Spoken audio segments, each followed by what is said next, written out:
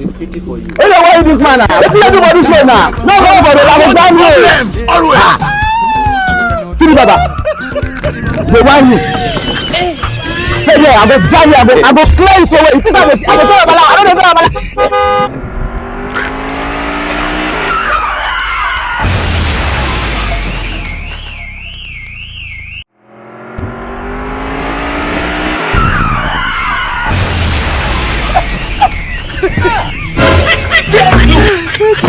Oh my God.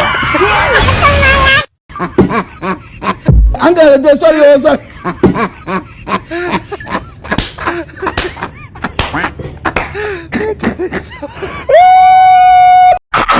So I need motor. This is 2020. See, if you know that